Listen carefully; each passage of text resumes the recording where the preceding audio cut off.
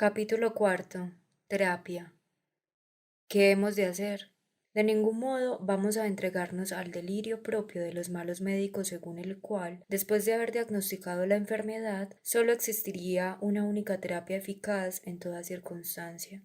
Justo cuando creemos no poder localizar la enfermedad de cualquier modo ni en cualquier punto, sino que, antes bien, hemos ganado el convencimiento de que el hombre todo y solo el hombre todo, de que el hombre como todo integral se ha puesto enfermo, justo entonces no debemos querer propagar un único procedimiento curativo. Será mejor que consideremos una serie de posibilidades de curación pensables, a riesgo de que en su mayoría sean posibilidades que no se hallen a nuestro alcance. Nuestro paciente padece, como lo hemos visto, una inversión completa de las funciones vitales normales. Parece entonces palmaria la necesidad de invertir a su vez dicha inversión. Pero precisamente esta inversión arbitraria de una inversión pasada, ya acontecida, tiene sus riesgos.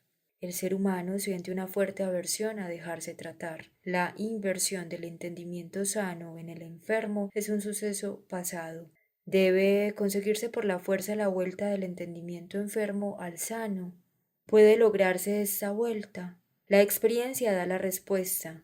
Sí. Sucede que aquellas quimeras del entendimiento enfermo se desvanecen, como de un soplo por obra de un único acontecimiento. Un gran susto, una gran alegría, una fatalidad tremenda pueden de un golpe hacer desaparecer todos los fantasmas de un entendimiento desorientado.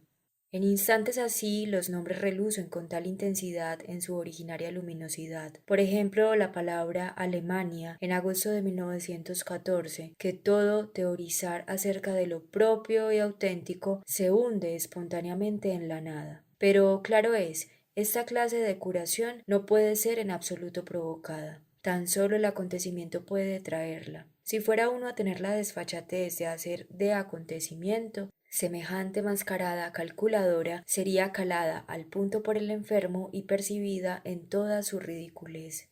Y aún otra cosa da a dichas curas provocadas a la fuerza su peculiaridad, no aseguran un éxito duradero.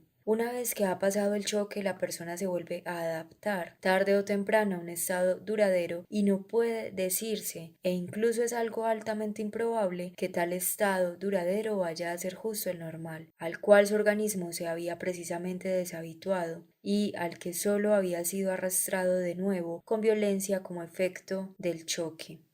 Otros efectos de carácter más reposado y continuo tendrían que darse aquí para que la curación por choque se convirtiera en una curación duradera. Pues bien, tales efectos continuos sí pueden esperarse por lo general. El estado del entendimiento enfermo es de todos modos tan anormal que a la larga la vida puede volver a recuperar su poder sobre él. Y es que se trata de esos conocidos influjos de la vida en el ideal, deplorados hasta la saciedad en prosa y verso desde el punto de vista del entendimiento enfermo. Se trata de la tantas veces lamentada asfixia de los sublimes sentimientos en el tráfago terreno. Pues precisamente lo que a la larga no puede ser es negar lo cotidiano en favor de unos sublimes sentimientos cualesquiera que serían mucho más auténticos que la seca realidad. El tráfago terreno consigue imponerse, y junto con él nuevamente la natural articulación de la vida, el poder de los acontecimientos, justo esa pujanza del vivir cotidiano con sus siempre renovadas pequeñas tareas y sus nombres que permanecen. La revolución contra los firmes nombres transmitidos por tradición se apaga, cesa la búsqueda de un sentido oculto tras los acontecimientos, se tornan los acontecimientos tal como vienen y no se busca otro sentido que el de los nombres que los nombran.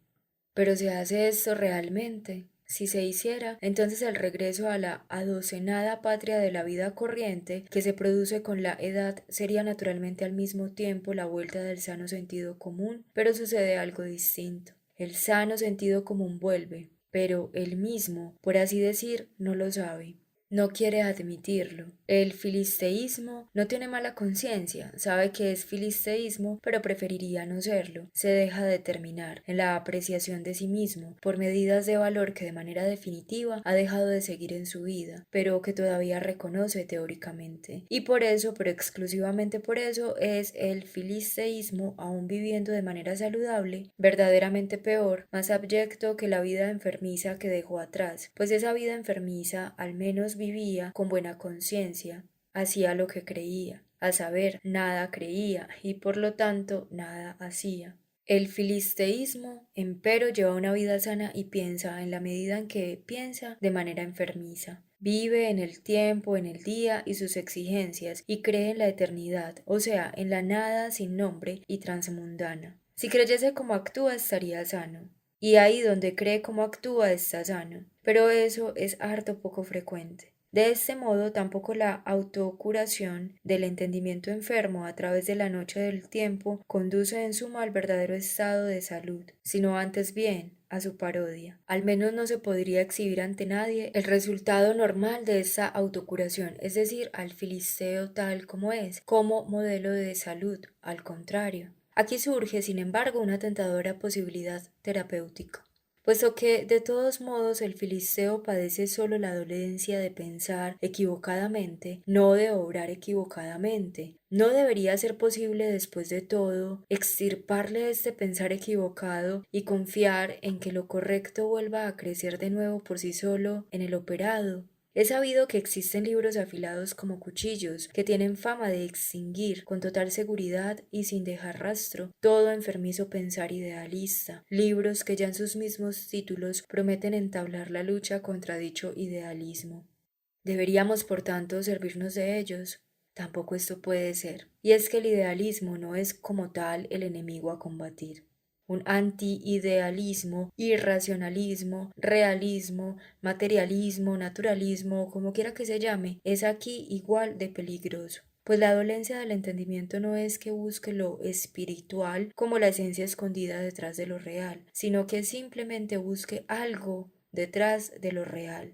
Que se trate de realidad o de materia o de naturaleza, todo esto son conceptos de esencia, ni una pizca mejores que el espíritu o la idea. Todos ellos quieren ser lo real o serlo auténticamente. Todos ellos conducen fuera de la vida, todos ellos pasan de largo, con total imperturbabilidad, ante el hecho de que los nombres son nombrados.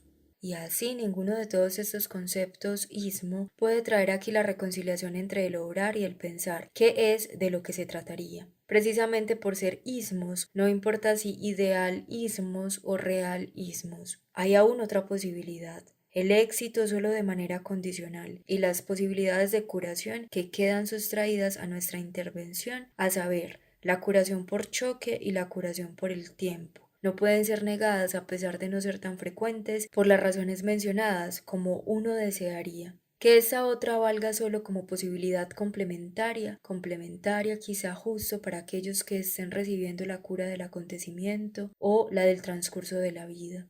Una de las razones más poderosas que hacen que el sano sentido común se quede estancado y que le roben la confianza en sí mismo es esta, que sería incapaz de dar respuesta a las preguntas íntimas, a la pregunta por Dios, por el ser humano, por el mundo, aquella paralización asombrada con la que se iniciaba toda la cadena sintomática que percibimos, acontece casi siempre en un punto del camino donde se rasgan los velos de la lejanía, y uno de estos tres grandes macizos montañosos se vuelve visible por unos instantes para el caminante. Son estas tres cordilleras antiquísimas por entre las cuales discurren las vías de la vida. Y así es algo de lo más natural que, en alguna ocasión, una de las vueltas del camino abra la perspectiva hacia una de esas cordilleras. Y quien crea tenerse que detener aquí, ese está perdido. También aquellos estados de paralización en que, por ejemplo, nos fijamos en el capítulo anterior, son a la vez formas de quedarse estancado frente a estas vistas así divisadas. El queso, la amada, el crimen, en cuya palabra, nombre o designación ya no se creía, son desde luego pedazos del existir mundano, del destino humano, del obrar divino, que aquí se habían vuelto inciertos para la mirada estancada en su desconfianza.